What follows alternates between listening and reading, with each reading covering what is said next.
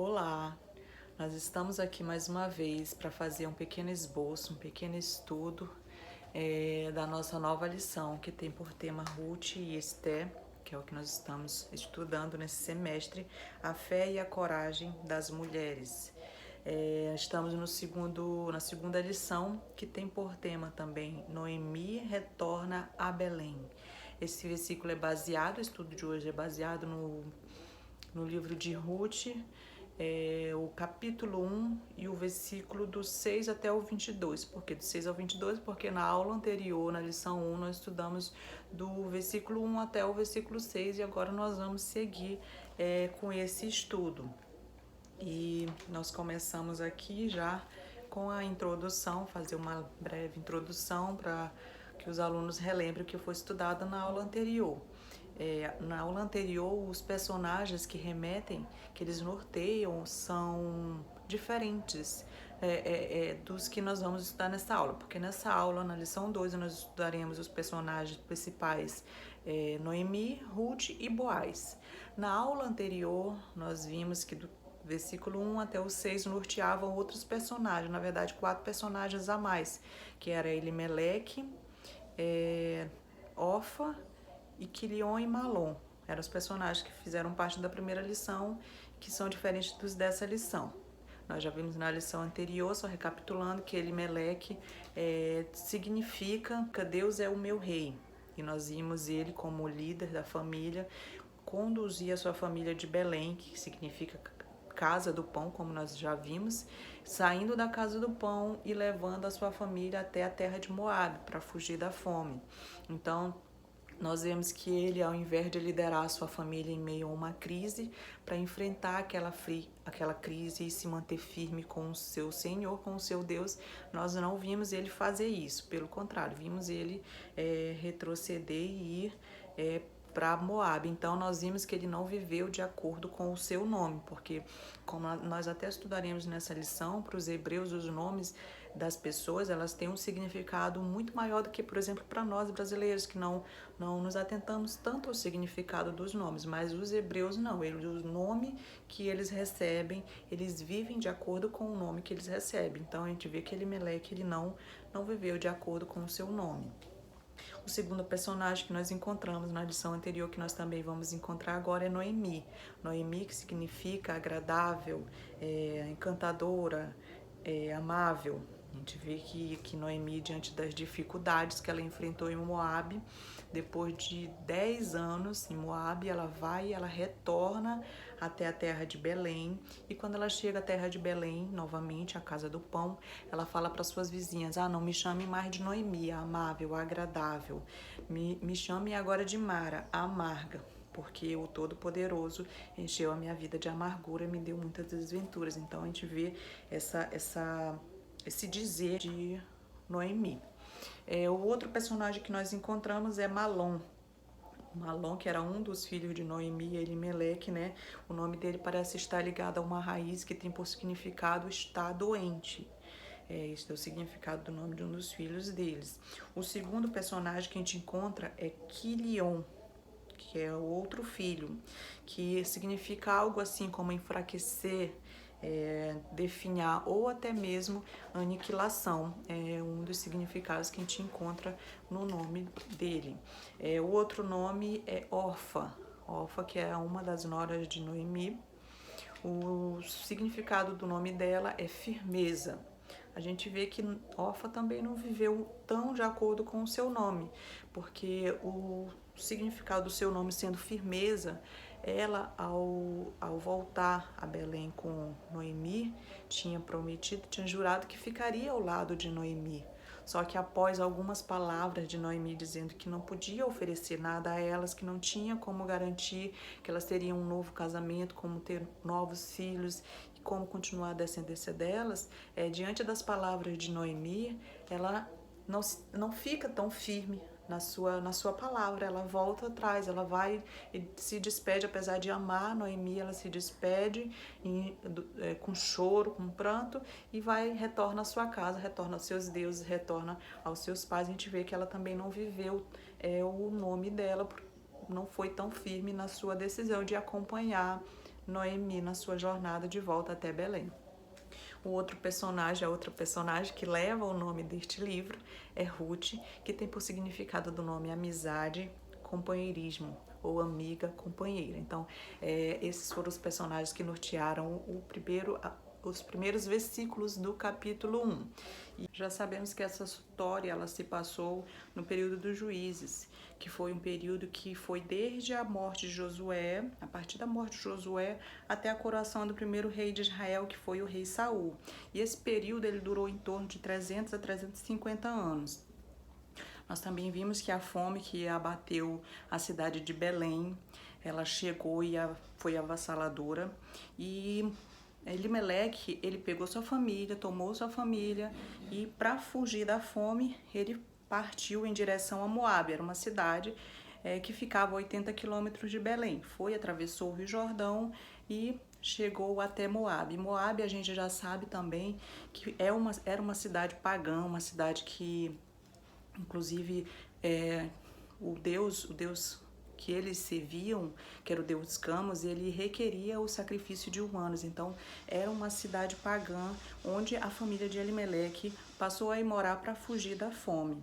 Moabe, nós sabemos que foi uma terra que surgiu a partir do incesto entre Ló e uma de suas filhas mais velhas. Inclusive, quando a gente lembra essa história de Ló, a gente até lembra da decisão, assim, que serve como exemplo também da decisão de Elimeleque, que foi uma decisão precipitada de sair da sua terra para ir para uma terra estrangeira e de um deus pagão.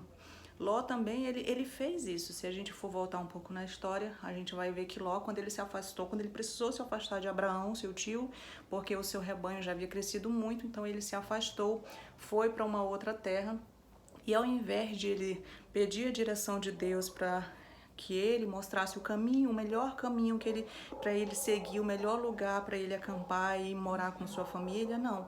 Ele foi morar em Sodoma. Ele e toda a sua família, suas duas filhas e a sua esposa foram morar em Sodoma. E o que a gente vê também em Ló? Que com essa decisão impensada, com essa decisão sem consultar a Deus, ele também viveu uma grande tragédia, que foi a sua esposa morreu, né?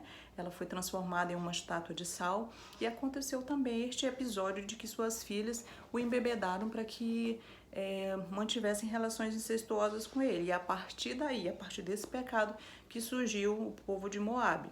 Com a sua filha mais velha, teve Moabe, que surgiram os moabitas a partir desta relação incestuosa.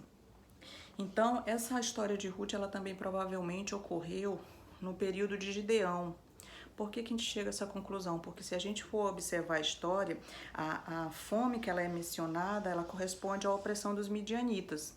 Para você esclarecer melhor para os seus alunos, você vai lá em Juízes 6. Você lê todo o capítulo de Juízes 6 que você vai entender que a partir do pecado do povo de Israel, Deus ele entregou os israelitas nas mãos dos midianitas. E os midianitas começaram a oprimir o povo de Israel e ficaram oprimindo durante 7 anos. Durou 7 anos. O povo de Israel ele plantava, ele semeava e os midianitas iam lá e eles destruíam tudo, a colheita dele eles pegavam para si, eles saqueavam os bens dos israelitas. Então tudo que Israel tentava produzir até mesmo para o seu próprio alimento, os midianitas iam lá e tomavam tudo, justamente para que eles passassem fome, para que eles sofressem, e ficaram 7 anos oprimindo dessa forma o povo de Israel. Tanto que eles tomavam os jumentos, tomavam as ovelhas do povo de Israel, tomavam todos os bens mesmo para justamente o povo de Israel passar fome. E tanto é que bate essa informação que se você for ler a história de Gideão, a gente encontra Gideão onde? Gideão, ele estava malhando trigo no tanque de pisar uvas. E a história vai contar por que ele estava malhando trigo num tanque de pisar uvas. Nada a ver uma coisa com a outra, né? Então, a história vai contar que ele estava ali justamente escondido dos midianitas, porque se os midianitas soubessem onde ele estava e o que ele estava fazendo, iam tomar toda a sua colheita e impedi-lo de ter o próprio alimento e ele iria passar fome. Então, esse episódio de Gideão é um exemplo né, de que de fato os midianitas oprimiam muito o povo de Israel. E aí prova como foram tempos difíceis, esses tempos dessa opressão. Foram tempos de muita angústia, de muita dor, porque a fome, como nós já estudamos, ela é desesperadora. Então, esse período foi um período de fome, período de Gideão. Então, por isso acredita-se que essa história deu-se nesse período. Porque se você for observar, Ruth e Noemi voltaram a Belém depois de 10 anos. E os midianitas oprimiram o povo de Israel durante 7 anos. Aí você observa quando Noemi chega em Belém, já está no tempo da colheita, né? Então, seria aproximadamente o tempo que 7 anos durou a opressão dos midianitas, e depois disso o povo foi liberto através, você vai conhecer lá quando você lê Juízes 6, que foi através de Gideão. Então, foi o período que eles plantaram e já estavam colhendo. Então, as histórias batem por isso, acredita-se que se deu no período de Gideão essa história. Enfim, logo depois da chegada da família de Elimeleque em Moabe, né, ele veio a falecer. E aí teve os seus filhos, Malom e Quilion, que se casaram com mulheres moabitas, e aí veio uma nova esperança. Só que aí esses filhos também vieram a falecer. Então, Noemi ficou completamente desamparada e a partir daí ela decidiu voltar para Belém, para a casa do pão, né? E a partir dessa história que a gente vai começar a verificar nessa lição. Ela já nesse retorno para Belém, ela já voltando viúva, pobre, sem o marido, sem os filhos, e é a partir daí que a gente vai pegar nessa lição. O tópico número 1 diz personagens principais. O subtópico 1 diz Noemi, que nós vamos estudar sobre esse personagem mais a fundo. O versículo base é Ruth, capítulo 1, versículo 20, que vai dizer: porém ela lhe dizia: não me chameis Noemi, chamai-me Mara, porque grande amargura me tem dado o Todo-Poderoso.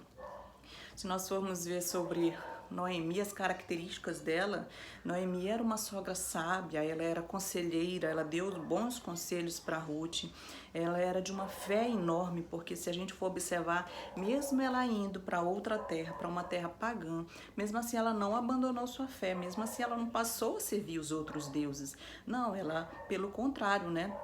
Ela continuou com a sua fé inabalável, e mesmo quando Malom e Quilion se casaram com mulheres moabitas, a gente vê que ela continuou firme porque ela foi e falou da sua fé, ela falou do seu Deus, né? Para suas noras, e as noras vieram a servir o Deus de Israel a partir do testemunho dela, tanto que fala que as noras se apegaram muito a ela, elas amavam Noemi. Então a gente vê que Noemi, ela manteve a sua fé intacta e ela dava testemunho no seu dia a dia, que as suas noras viam que ela vivia o que ela pregava. Então, ela era uma mulher muito sábia. E nós acompanhamos também na trajetória de Noemi os seus altos e baixos, né? E nós vimos os ciclos da vida de Noemi. Nós vimos que ela passou pela fome. Foi o primeiro ciclo, quando ela passou pela fome em Belém. E aí ela foi para Moabe, que foi, agora sim vai acabar essa fome, vamos ter o que comer, vamos melhorar de vida. Então, foi o segundo ponto. O terceiro foi a morte do marido, tá? O marido morreu, foi um momento bem difícil, um momento de luto. Aí teve uma outra ocasião, um outro ciclo da vida dela, que foi quando seus filhos se casaram e trouxeram uma nova esperança para a vida de Noemi. O quinto ponto foi a morte dos filhos. Os seus filhos vieram morrer aí novamente. Tudo pareceu que não tinha mais esperança. A sexta fase da vida de Noemi que a gente acompanhou foi alimento em Judá. Ela soube que novamente voltou a ter pão na casa do pão em Belém de Judá. O sétimo ciclo da vida de Noemi foi a partida de Orfa, que foi uma perda para ela a partida de Orfa, porque ela era pegada assim a Orfa, ela amava a Orfa, ela amava as suas duas noras, e Orfa de repente se vai. E foi um ciclo negativo na vida dela. E o oitavo ciclo de sua vida foi o apego de Ruth. Ruth foi quando Ruth se apegou a ela e prometeu fidelidade. E foi um ciclo positivo, digamos assim, na vida dela. O nono ponto o nono ciclo de sua vida seria a pobreza absoluta, porque quando ela retornou para Belém, ela estava em pobreza absoluta, ela não tinha nada. E o 10º e último ponto que eu pontuei aqui, de ciclo de sua vida, foi a colheita da cevada, que nós vamos ver que quando ela chegou lá em Belém, estava no início da colheita da cevada. Então, é mais um ciclo se iniciando na vida de Noemi. Então, esses foram os ciclos que nós acompanhamos até hoje da vida dela, os ciclos de altos e baixos que ela vem passando até então. E para termos noção de como Noemi ela precisou ser forte, como ela precisou ser guerreira, nós temos que ter uma ideia de que a viúva naquele tempo, ela sofria muito mais do que hoje em dia. Hoje em dia tem muitas formas de uma viúva ser acolhida ou de sobreviver facilmente.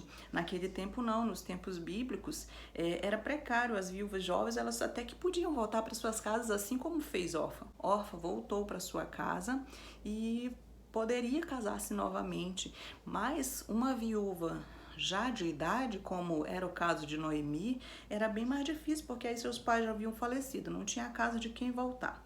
E ela dependia então de seus filhos, mas aí seus filhos morreram. Ou seja, não tinha mais ninguém para garantir o sustento de Noemi, ela estava completamente desamparada. Então, a partir desses elementos, a gente começa a ver que, de fato, Noemi, ela era uma mulher muito forte. Ao enfrentar todos esses momentos, ela foi uma mulher muito forte, se mostrou uma mulher muito forte com sua fé em Deus, porque essa força dela com certeza vinha de Deus, porque assim como nós, quando estamos em momentos difíceis, só conseguimos achar forças através da nossa fé em Deus, porque sabemos que temos um Redentor que luta ao nosso favor. E do mesmo modo, Noemi, com certeza, ela encontrava forças para passar por todas essas adversidades. Com certeza ela encontrava forças em Deus, no seu Senhor. E a viuvez, ela ofereceu a Noemi uma oportunidade de ela confiar 100% em Deus, porque antes da perda do marido, ela poderia colocar sua confiança, apesar de amar a Deus, de servir a Deus, ela ainda poderia colocar sua confiança no seu marido. Eu estou sob a proteção do meu marido, nenhum mal pode me ocorrer, ele me protege, ele me ampara.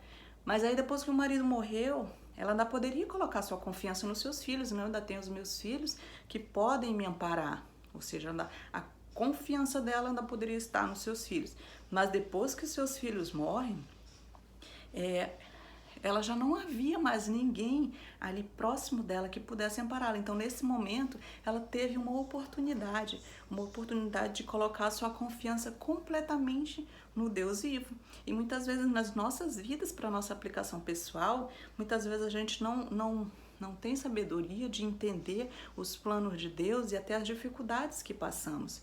Porque toda dificuldade que passamos, nós temos a oportunidade de colocar cada vez mais a nossa confiança em Deus, de crer que só Ele pode nos ajudar. Não podemos colocar a nossa confiança em homens, porque os homens falham, os homens nos decepcionam.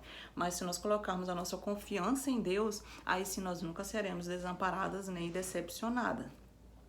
E nós vemos que mesmo com a perda do marido e o filho, parecesse o fim para ela, ela voltou para o lugar onde ela poderia encontrar pão. Ela poderia sim ter, já acabou tudo, não tenho mais nada para buscar, vou ficar aqui em Moab, vou morrer aqui, mas não. Ela ainda encontrou força e disse, não, eu vou voltar, porque eu ouço dizer que tem pão na casa do pão, então eu vou voltar e vou buscar ainda no meu Deus alguma solução para esse meu dilema que eu tenho vivido até agora. Então, foi justamente lá, na casa do pão, que Deus desenrolou o lindo propósito que Ele tinha para a história de Noemi e Ruth, que a sua descendência, né, de onde viria o rei Davi, até o nosso Messias viria da descendência dela. Então, um desenrolar de história linda o Senhor tinha preparado para a vida de Ruth e Noemi. E nós vamos acompanhar isso agora no subtópico 2, vamos falar agora de Ruth, a Moabita. Vai dizer assim: disse, porém, Ruth, tá lá, baseada em Ruth, capítulo 1, versículo 16. Disse, porém, Ruth, não me instes para que te deixe e me obrigue a não seguir-te, porque aonde quer que fores, irei eu, e onde quer que pousares, ali pousarei eu. O teu povo é o meu povo, o teu Deus é o meu Deus. Nós vemos aqui o retrato de uma fiel moabita, uma mulher fiel, e de palavra, que manteve sua palavra até o final. Ela cresceu, se a gente for observar, né, Ruth, ela cresceu no meio dos moabitas, ela era de uma nação pagã, então ela cresceu com os costumes pagãos, ela cresceu vendo o povo adorar o Deus Camus, ela cresceu, ela aprendeu na sua família que esse Deus ele requeria sacrifícios humanos, que era necessário isso, então ela aprendeu isso na sua família, ela foi ensinada aos costumes pagãos e agora ela se casa com Malom, um dos filhos de Ruth. E o que acontece? Ruth vai e ouve a palavra do Senhor através da sua sogra, através de Noemi. E ela acredita que aquele Deus é o Deus verdadeiro e ela compreende que o Deus que ela servia não era o Deus verdadeiro, que esse sim, que ela conheceu através da vida de Noemi, esse sim é o Deus verdadeiro. E ela começa a servir esse Deus verdadeiro, ela crê nesse Deus. Ela conhece esse Deus. Só que aí de repente vem a morte do seu marido. O seu marido vem, mas ela já conhece o Deus verdadeiro. Então essa morte serve para aproximar mais ainda ela da sua sogra. Ela se apega mais ainda depois desse acontecimento, ela se apega mais ainda à sua sogra. E Ruth, ao voltar para Belém, Ruth ela sabia, ela compreendia que o fato de ela mudar-se para Belém, ela teria que abrir mão da sua nação, da sua cultura, dos seus modos, dos seus deuses, da sua parentela, ela ia ter que abrir mão de tudo isso e partir em direção a Belém. E ela teria que viver como estrangeira em outra nação, que ela não teria os mesmos privilégios de viver na nação dela, no meio do povo dela. Então ela tinha essa compreensão do que ela estava abrindo mão. E a gente vê que o voto que Ruth fez a Noemi é uma das declarações mais belas de um compromisso que uma pessoa pode fazer com outra. Porque Ruth, ela abandona a sua terra, ela abandona o seu povo, ela abandona a sua nação, ela abandona os seus deuses para servir a Deus, o Deus vivo, ao lado de Noemi, a mesma pessoa que levou ela a conhecer esse Deus vivo. Então, e o que é mais impressionante, o que dá mais ênfase a essa declaração que ela faz de compromisso, é que Noemi não tinha nada para oferecer em troca. Se nós formos observar, o mesmo motivo que fez Ruth ficar com Noemi, acompanhar Noemi, fazer aquele voto, foi o mesmo motivo que fez Orfa abandonar Noemi. Que foi, sabe o quê? Foi quando Ruth expôs, declarou ali fria e claramente que ela não poderia oferecer nada para elas, que ela não poderia ter mais filhos, que ela não poderia dar nada, proporcionar uma felicidade, um casamento para elas. Então, quando Orfa ouviu isso, que Noemi não podia mais proporcionar um casamento, uma felicidade para ela, a possibilidade de ela ter uma família, ela resolveu abandoná-la. E foi justamente esse motivo, o fato de Noemi não poder mais ter filhos, de Noemi estar pobre, de Noemi estar sozinha, que fez Ruth se apegar a ela. Então a gente vê um amor genuíno.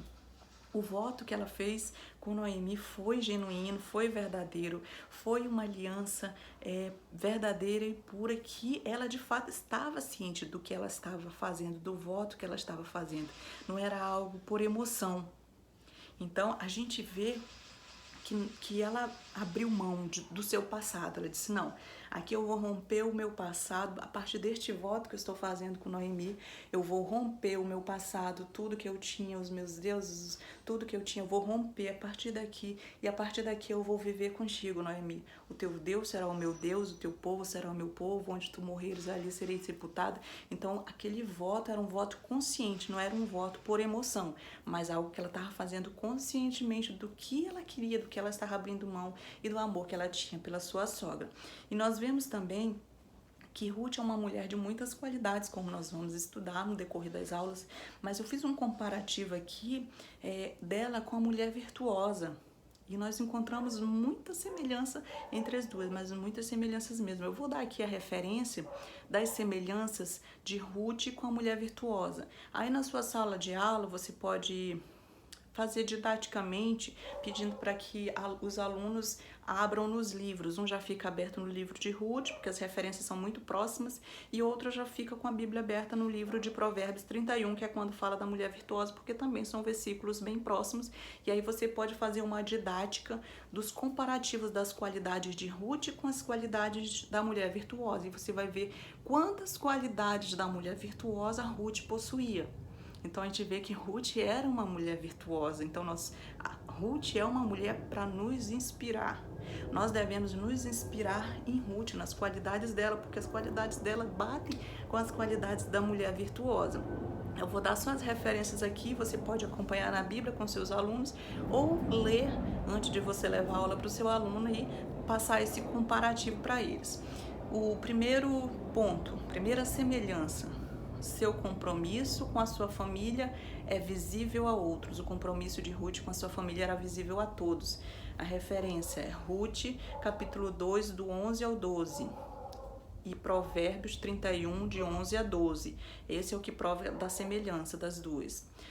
Segunda semelhança: ela proveu sustento para a sua casa.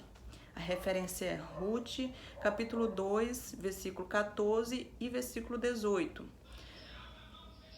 O outro é Provérbios, capítulo 31, versículo 15. A terceira semelhança: ela cuidou da sua aparência. Ruth, capítulo 3, versículo 3 e versículo 5. O outro é Provérbios, capítulo 31, versículo 22.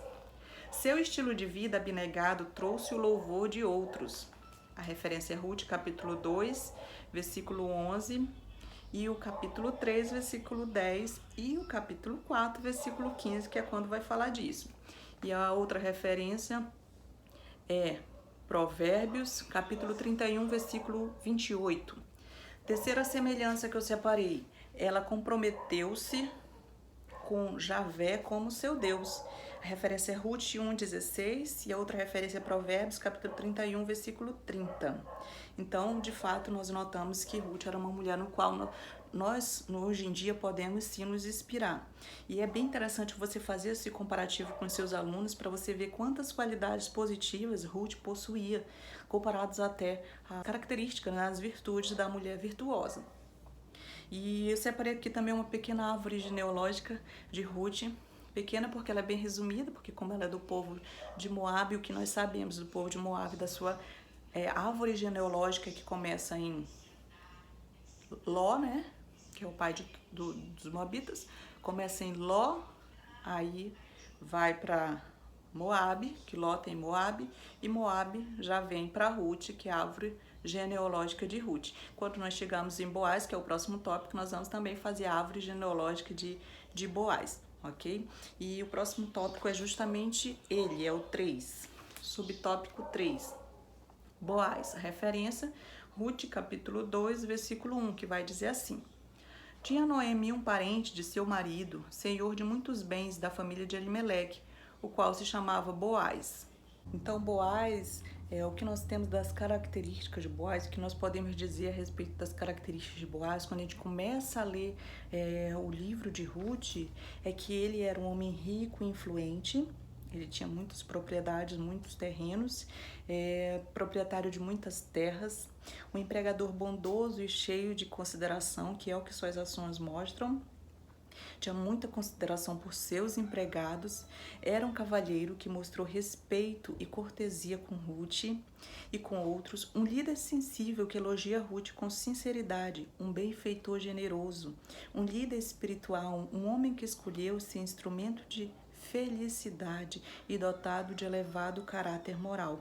Então, assim como nós estudamos as características de Ruth e dissemos que ela nos inspira a querer ser como ela, a buscar as características dela, as virtudes dela, do mesmo modo Boaz. Boaz, ele inspira os homens a buscar ter as características dele, porque ele tinha características muito positivas, muito relevantes para se falar. Eram verdadeiras virtudes que um homem deve procurar ter. Porque nós observamos que o relacionamento de Boaz com os homens que conviviam com ele revela muito a respeito do seu íntimo relacionamento com Deus. Porque a maneira de ele tratar os seus empregados dava abundantes provas de que ele era um homem pleno de Deus, ou seja, ele não apenas falava que ele era bom, falava que ele era bondoso com seus empregados, mas ele agia de forma que vinha a combinar com o modo dele viver. Ele tratava os seus empregados bem e, através desses atos, demonstrava como ele tinha uma intimidade com Deus, como ele era um homem pleno de Deus. Então você reconhece, através dessa observação que fizemos, você reconhece um homem de Deus.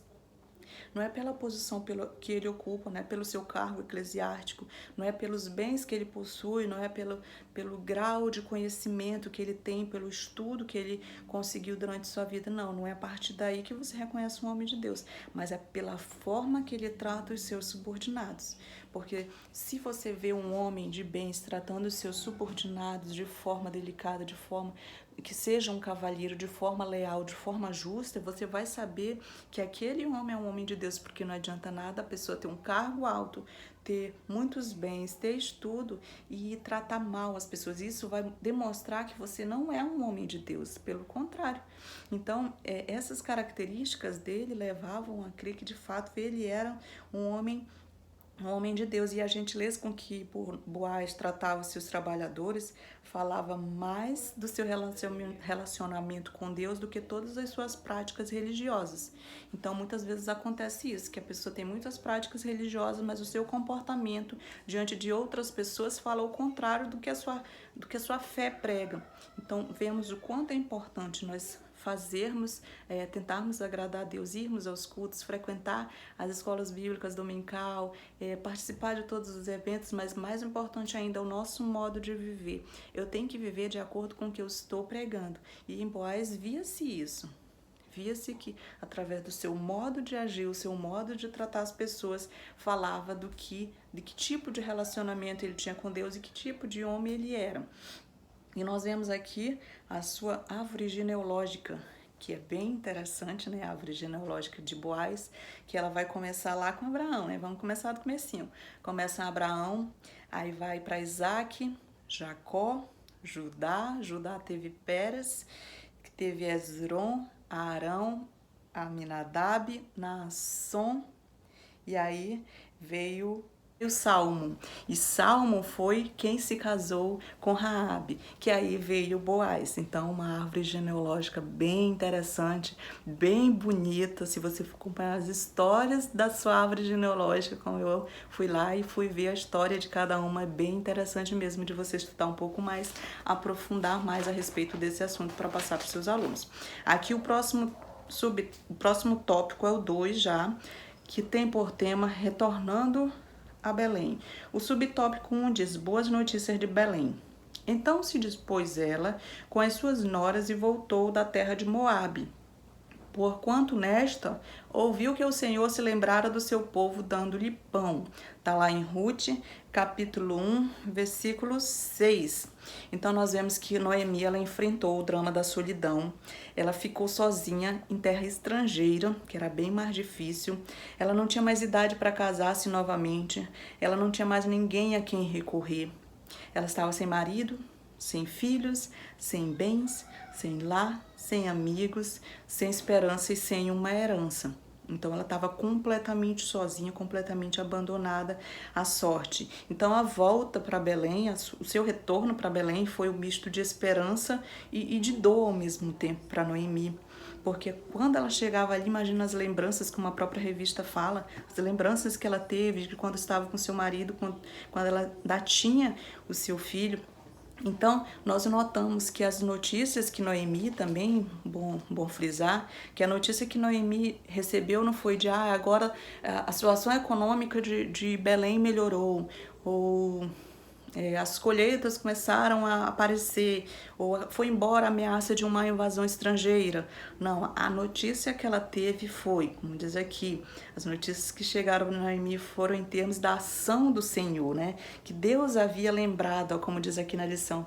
As notícias foram que o Senhor se lembrara do seu povo, dando-lhe pão. Então, as notícias que ela ouvira a respeito de Belém foi que o Senhor voltou a dar o alimento àquele povo. Então, foi isso que atraiu Noemi de volta para a terra do pão.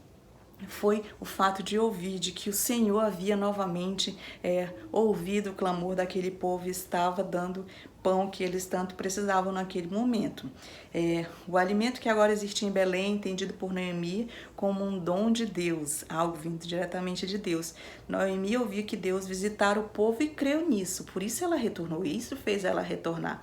Então o fato de Deus visitar seu povo é a maior razão para que os que estão longe voltem para a casa dele. Então Noemi poderia, depois, de toda a desventura, de toda a perda que vivera, de todas as tristezas que ela enfrentara, da viuvez, a perda dos filhos, e ao ouvir falar que a casa do pão voltou a ter pão, mesmo com toda a desventura, a gente nota que Noemi não desistiu, ela não ficou lá enfraquecida em Moabe, derrotada. Não, quando ela ouviu falar que o Senhor estava agindo em favor do seu povo, ela imediatamente levantou-se, tomou suas 2 noras e foi a caminho de Belém, retornando. Então, ela se dispôs a voltar para Belém, ela teve essa ação, Ela decidiu e colocou isso em prática. Ela agiu, ela se levantou, ela se dispôs a voltar para a sua pátria, porque a palavra fé, como diz um famoso, que eu não lembro agora o nome, mas a palavra fé ela é um substantivo, mas ela bem que poderia ser um verbo, ela tem que ser compreendida como um verbo, porque ela tem que ter ação, ela não pode só ficar, dizer que eu creio e não fazer nada em direção àquela minha crença, aquilo que eu estou dizendo que eu creio, não, eu tenho que crer e eu tenho que agir em seguida, porque a fé sem obras ela é morta. Então a fé, ela, acima de tudo, ela requer uma ação e foi o que Noemi fez naquele momento. Ela requereu essa ação e ela teve essa ação de retornar à casa do pão. O subtópico 2 diz o retorno das 3 viúvas. Diz assim, Ruth capítulo 1, versículo 7. Saiu, pois, ela com suas 2 noras ao lugar onde estivera, e indo elas caminhando de volta para a terra de Judá. Então agora nós temos Noemi voltando, voltando a Belém, sem seu marido, seus filhos, mas agora com 2 noras, com as suas 2 noras que se apegaram a ela e que não abandonaram. Então ela perdeu o que havia levado para Moabe, mas agora ela está prestes a perder tudo. Só que o que ela perdeu, que foi o marido e os filhos, foi uma perda involuntária.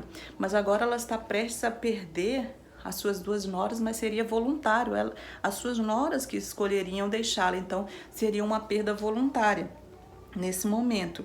Então ela está rompendo laços e sabe que não tem nada a oferecer, ela não tem nada a reivindicar para essas noras, ela não tem nada que diga que possa fazer essas noras ficarem. Então ela perdeu o marido, os filhos, e agora voluntariamente ela vai abrir mão de suas noras, porque ela não tem nada para oferecer em troca que faça suas noras ficarem. Então a sua história ela está marcada por perdas involuntárias, mas aqui nós chegamos num ponto que serão perdas voluntárias, quando as noras decidirão, que ela acredita que ambas decidirão deixá-lo, pelo fato do que ela vai expor a partir dali, que não há nada que ela possa oferecer para elas. E ela despede-se das noras, chamando-as de filha, que mostra o carinho que ela tinha e os laços afetivos que ela possuía com as suas 2 noras, Então, ela agradece a elas, ela agradece a lealdade de suas noras, ela é grata a elas, ela pede a Deus que tenha misericórdia delas e que dê prosperidade a elas e que dê que seria um novo casamento, que desse um novo casamento para elas, para que elas pudessem constituir família e continuar a sua vida a partir dali, em meio a todos os dramas vividos, todos esses dramas que nós falamos que ela viveu lá na cidade de Moabe, Noemi ela tinha uma profunda amizade com as noras dela, Elas se ligaram a Noemi e a gente nota que não foi uma ligação por interesse, mas que elas realmente tiveram um laço afetivo muito grande, elas construíram uma amizade muito bonita ali. E elas quiseram acompanhar Noemi, mesmo que Noemi não pudesse dar nada em troca para ela, elas tinham consciência disso. Só que nessa despedida a gente vê, se a gente começa a ler a história, a gente vê que teve beijos, que teve choro, elas prantearam em alta voz. E elas não esconderam as suas emoções, e assim como elas, as noras, não esconderam a sua emoção, suas emoções, Noemi também não escondeu as suas desventuras, tanto que ela vai esclarecer, que é o tópico seguinte que nós vamos passar, que é a declaração de Ruth, que é o subtópico 3, que vai dizer assim, Ruth capítulo 1, versículo 16. Disse, porém, Ruth, Não me instes para que te deixe e me obrigue a não seguir-te, porque aonde quer que fores, irei eu, e onde quer que pousares, ali pousarei eu. O teu povo é o meu povo, o teu Deus é o meu Deus. Então, Noemi não só se despede das suas noras, mas ela justifica de forma totalmente realista as impossibilidades que tinha ao acompanharem elas a Belém. E a partir daí ela lista 2 razões para quais suas noras não poderiam ir com elas, que impossibilitaria, que seria inviável para as noras segui-la. E ela lista a primeira, olha, eu já estou velha demais, e não tinha nada a oferecer para as noras, não poderia nem sequer casar-se novamente, porque pela idade que ela tinha, já não dava para ela se casar e ter outros filhos, e ela fala, mesmo que eu tenha outros filhos, vocês esperariam esses filhos crescerem para poder eles desposar vocês? Ou seja, ela se achava que ela seria, na verdade, um peso para suas noras, e por isso que ela vai e expõe ali, que ela não tinha mais filho, não poderia oferecer felicidade, não poderia oferecer um lar para suas noras. E naquele tempo, quando o irmão morria, sem deixar descendentes, né, o irmão mais novo, ele tomava a sua cunhada, né, a viúva de seu irmão, tomava como esposa, desposava, e o filho que nascer a partir dali seria para dar continuidade à descendência do irmão morto. Era assim que funcionava, mas como ela já não tinha mais filhos para oferecer às suas noras, então seria como se não desse esperança nenhuma para elas, como se não desse nenhuma garantia para que aquelas noras quisessem ficar ao seu lado. E era isso que Noemi tinha, simplesmente nada a oferecer para suas noras. Ela não tinha nada que ela pudesse convencê-las a segui-la. Então, as noras de Noemi ficaram viúvas, sem filhos, e Noemi, porém, não tinha mais filhos para desposá-las. E não apenas ela estava velha demais para se casar novamente, mesmo que isso fosse possível, as mesmas não esperariam, né, como eu já falei. E vemos a história contar que Orfa, a viúva de Quilion, se despediu da sua sogra e voltou para o seu povo e aos seus deuses. Porém, Ruth não é isso que a gente vê. Ruth, ela permanece ali firme. Ruth, ela se dispôs a seguir sua sogra até Belém, mesmo depois de sua sogra expor que ela não tinha nenhuma garantia de felicidade. Mesmo sabendo que ela não tinha nenhuma garantia de felicidade que ela pudesse oferecer para suas noras, mesmo assim, Ruth, ela decide ficar com Noemi. E é aqui que novamente a gente puxa aquele ponto que eu já falei anteriormente. O mesmo motivo que levou Orfa a deixar Noemi foi o mesmo motivo que fez Ruth ficar ao seu lado. O fato de que Noemi já era viúva, não tinha filhos, não tinha ninguém, estava desamparada, pobre e velha. Então, Orfa, quando olhou aquilo, mas eu não vou poder ter minha família, não vou poder ter filhos, não vou poder me casar. Não tenho esperança nenhuma se eu ficar ao lado dela. Por isso que Orfa decidiu voltar para sua terra com seus pais. E esse foi o mesmo motivo que fez Ruth ficar.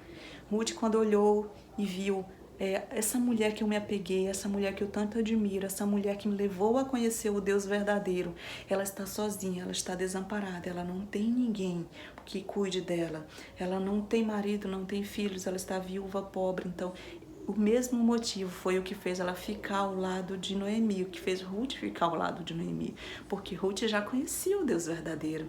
Então ela certamente creu que, não, eu não vou abandoná-la, eu não vou deixar ela à sua própria sorte, eu vou ficar com ela e vou cuidar dela como se fosse minha própria mãe. Então a gente vê esse gesto nobre de Ruth, através desse voto, ela faz uma declaração, uma afirmação, uma bela afirmação de fidelidade e determinação e de compromisso também a Noemi, né? Então Ruth, ela quer compartilhar o futuro de Noemi, ela quer compartilhar os momentos com Noemi, ela quer compartilhar as dores com Noemi, a sua viagem, o seu lar, a sua fé. Ela quer fazer parte da vida de Noemi, ela decide, através daquele voto, fazer parte da vida de Noemi. Então a sua amizade com a sogra, ela não era interesseira, porque a sogra não tinha nada a oferecer a ela. Então a gente vê que não era um relacionamento de interesse, mas um relacionamento de amor, que mesmo em meio a tantas dificuldades, nenhum argumento que Noemi usou faria Ruth desistir de segui-la. Então ela se mostrou com disposição para enfrentar novos desafios ao lado da sogra Noemi e disposta a deixar sua terra, sua parentela, os seus deuses, sua religião e caminhar na companhia da sua sogra e na companhia do Deus verdadeiro. E sem garantia nenhuma do amanhã, a gente vê que não tinha algo que Noemi pudesse dizer, vem, que a gente ainda pode conseguir algo com alguém. Não tinha garantia nenhuma do amanhã. Então Ruth não apenas ama a sua sogra, a gente vê nesse ato, mas ela se converte ao Deus verdadeiro e ela adota o seu povo como se fosse o povo dela. Então notamos que o compromisso de Ruth, ele não se extingue com a morte. Ela não retrocederá depois que Noemi morrer. Não, ela diz que onde Noemi morrer, for sepultada, ali também ela morrerá e será sepultada. Então, o voto que ela fez com Noemi não se acaba depois da morte de Noemi, não. É um voto que fica até o fim de suas vidas, não é um voto que pode ser quebrado depois que Noemi viesse a falecer. Não, ela jamais voltaria à sua terra. Era esse o voto que ela estava fazendo. Jamais ela voltaria à sua terra. Jamais ela voltaria aos seus primitivos deuses. Jamais ela retornaria aos seus costumes pagãos. Jamais ela retornaria à sua parentela. Jamais ela retornaria à sua nação. É esse o voto que ela está fazendo.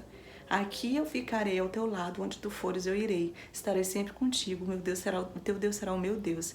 Eu mesmo depois que tu morra, eu continuarei contigo, serei sepultada ao teu lado. Então é um voto da vida inteira, para a vida inteira. Então ela dispôs-se a seguir Noemi e cortou todas as pontes que ligavam ela ao seu passado. Ela se apegou a Noemi de forma definitiva, ao Deus de Noemi de forma definitiva. Ela de fato teve uma mudança, ela foi tocada pelo Senhor e não queria retroceder, não queria voltar atrás dos seus deuses, dos seus costumes antigos, mas ela queria ficar ali e servir esse Deus verdadeiro que ela conhecera através de Noemi. O tópico 3 tem por tema Chegada em Belém. A referência é Ruth 1:19. Subtópico 1, a recepção em Belém. Então ambos se foram até que chegaram a Belém. Sucedeu que ao chegarem ali, toda a cidade se comoveu por causa delas, e as mulheres diziam, não é esta Noemi? O retorno de Noemi a Belém provocou profundos sentimentos, não somente no povo, mas como também na vida de Noemi. Então a chegada delas, o retorno delas, teve muita notoriedade na cidade, chamou a atenção de todo o povo. Mas notemos que o que chamou a atenção não foi o fato de ela ter ido para Moab e ter voltado com grande sucesso, com grandes ganhos, com grandes bens. Não, foi justamente o contrário. O que causou notoriedade foi que pela tragédia, que ela havia colhido naquela cidade de Moab. E toda a cidade ela se comoveu com ela. Toda a cidade, ao ver que ela saíra de lá ditosa e voltara pobre, que ao ver que ela saiu de lá com o marido e voltou viúva, ao ver que ela saiu de lá com 2 filhos e voltou somente com a certidão de óbito deles. Então toda a cidade ela se comoveu com essa situação. E o que provocou mais espanto ao povo foi ver que ela retornou. Depois de tantas desventuras, depois de tantos acontecimentos negativos, mesmo assim ela ter retornado a Belém. E no subtópico 2 diz, a reação amarga de Noemi. Está lá em Ruth, capítulo 1, versículo 20, que diz assim, porém ela lhe dizia, não me chame Noemi, não me chameis Noemi, chamai-me Mara, porque agora amargura me tem dado, porque grande amargura me tem dado o Todo-Poderoso. Então a gente vê que o primeiro ato de Noemi ao chegar em Belém foi mudar o seu nome. É como se ela dissesse, o meu nome Noemi, que quer dizer agradável, amável, encantadora, não combina mais comigo, não combina com o que eu vivi, combina com o que eu estou sentindo, não combina com a amargura, com a dor que está no meu peito, não quero mais que chame de Noemi, porque isso não combina com o que eu passei, com o que eu estou passando, o que eu estou sentindo. E ela disse, me chamem agora de Mara. Esse foi o primeiro ato de Noemi, chegar em Belém.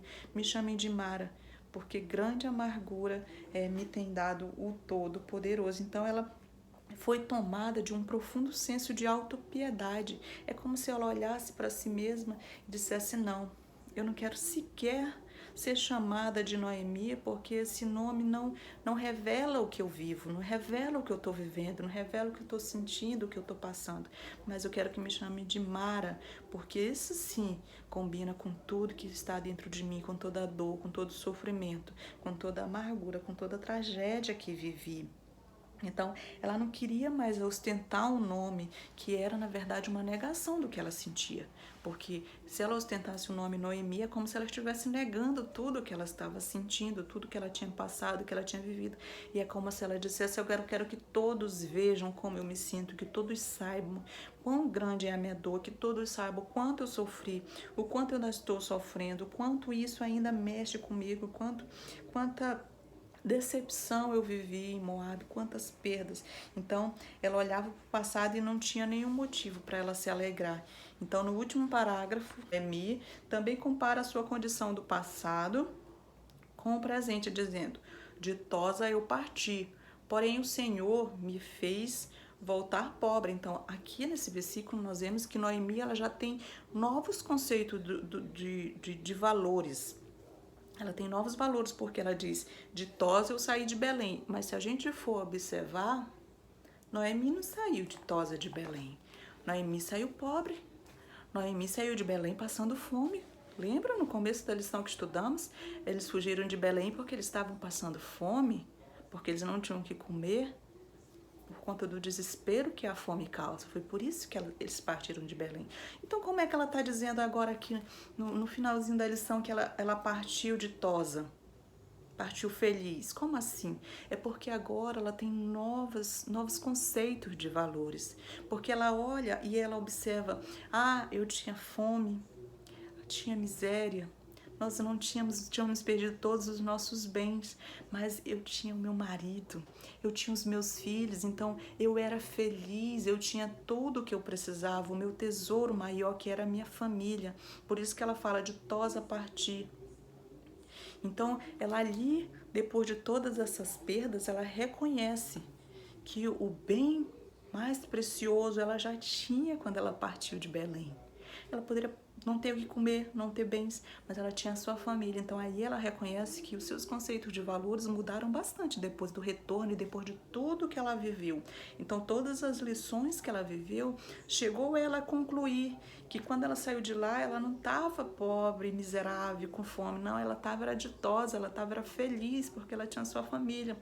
E agora sim, no retorno sim, ela voltou pobre porque ela voltou sem seu marido, ela voltou sem seus 2 filhos. Então, aqui ela começa a entender o verdadeiro valor das coisas. Então, ela continua usando essa analogia, dizendo que ela fora ditosa e agora voltara vazia. Mas só que quando ela se enche dessa amargura, quando ela se enche dessa negatividade, de olhar somente o que ela perdeu, ela acaba não olhando com os olhos de Deus e vendo tudo que Deus tinha proporcionado para ela. Porque ela perdeu sim o marido, ela perdeu sim os seus 2 filhos, mas ela não consegue enxergar que em seu lugar Deus havia lhe dado Ruth. E lá na frente, lá nos últimos versículos, a gente vai ver que as vizinhas dela falam para ela: porque Ruth é melhor do que 7 filhos. Só que ela, como estava tão amargurada, somente olhando para as suas desventuras, ela não conseguia ver esse aspecto positivo, ela não conseguia ver que a mão de Deus já estava trabalhando e que ela tinha sim muitos pontos negativos, sim, mas que também havia muitos pontos positivos. Só que mediante essa amargura, mediante esse negativismo, ela não conseguia enxergar. Ao concentrar somente no negativo, Noemi ela tornou-se tão amarga a ponto de não conseguir enxergar o bem e os planos positivos que Deus já tinha começado a realizar na sua vida, que Ele já estava começando a realizar na sua vida, mas essa visão do negativo impedia ela de enxergar além, já começar a ver os planos de Deus na vida dela. O subtópico 3 e último tem por tema época de colheita. Diz assim, Ruth capítulo 1, versículo 22. Assim voltou Noemi da terra de Moabe com Ruth, sua nora, a Moabita. E chegaram a Belém no princípio da cega da seada. Aqui nós vemos que começa um novo capítulo na vida de Ruth e Noemi, né? E a primeira evidência disso é que elas já chegam, como é que fala aqui? Já chegam no início da cega da cevada. Então era a primeira circunstância que se Noemi não estivesse olhando tanto os pontos negativos, ela já conseguiria ver a partir dali que as bênçãos de Deus já começavam, não, já continuavam sobre a vida dela. Então a nora estrangeira, ela seria na verdade para Noemi a sua provedora, que é o que a gente vai ver mais à frente. A nora moabita, ela seria melhor do que 7 filhos, como falaram suas vizinhas. Ela deu mais felicidade, ela deu mais prazer, ela deu mais sustento, ela cuidou melhor do que 7 filhos. Então, Deus, ela já começaram a mostrar-lhe que ele tinha planos positivos para o futuro dela, de ambas, não só de Ruth, mas de ambas. Então, e quando a gente fala isso, a gente até lembra Jeremias, né? Jeremias capítulo 29, versículo 11, eu até separei aqui para ler para vocês, que diz assim, ó: porque eu bem sei os pensamentos que tenho a vosso respeito, diz o Senhor, pensamentos de paz e não de mal, para vos dar o fim que esperais. E nesse caso, Deus escreveu uma história certamente acima das expectativas de Noemi, bem acima do que ela esperava, do que ela imaginava. Deus tinha escrito uma história muito além, muito mais bonita do que ela imaginava ou do que ela esperava. Então a nora moabita dela seria uma filha para ela, né? E seria quem proveria o seu sustento e quem seria a pessoa que lhe daria um neto. Então nós vemos a partir desse primeiro capítulo o desenvolvimento, o começar do desenvolvimento do projeto de Deus para a vida dessas duas mulheres. Então aqui a gente já começa a compreender o plano de Deus na vida delas e como o plano de Deus é perfeito e como ele se encaixa e como ele dá certo no final. E certamente Noemi, com todas as desventuras que viveu, jamais poderia imaginar o que Deus havia planejado para ela, a linda história que Deus havia planejado para ela. Como eu falei, essa história é uma história que começa de forma triste, mas ela tem um final feliz. Então é isso que Deus tinha planejado para Noemi, mesmo com tantas desventuras que ela viveu. Certamente ela nunca poderia imaginar que através da descendência de Ruth viria o grande rei Davi e viria também o mais importante de todos, o nosso grande Messias. Então é uma história maravilhosa que vamos continuar aprendendo na semana que vem um pouquinho mais. Eu espero que essa mini aula tenha ajudado vocês, tenha ajudado de alguma forma vocês a compreender melhor algum assunto ou alguma coisa que tenha ficado dúvida na mente de vocês. De qualquer modo, eu espero ter ajudado em algo. E dizer para vocês, não desistam de ensinar na escola bíblica dominical. Continuem tentando, continuem orando. Quando forem estudar, apresentem ao Espírito Santo de Deus, que ele vai dar sabedoria para vocês, ele vai dar coragem, ele vai dar força para vocês continuarem lecionando na escola bíblica dominical, porque como é importante, né, nós ensinarmos para os nossos irmãos um pouco mais a respeito da palavra de Deus, e somente através da sabedoria que o Espírito Santo nos dá que nós podemos conseguir. Então por isso é importante você pedir sabedoria de Deus nessa hora.